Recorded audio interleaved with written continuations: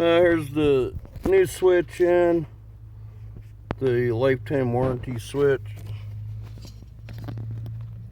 There's like how it fits in there. And screw up there.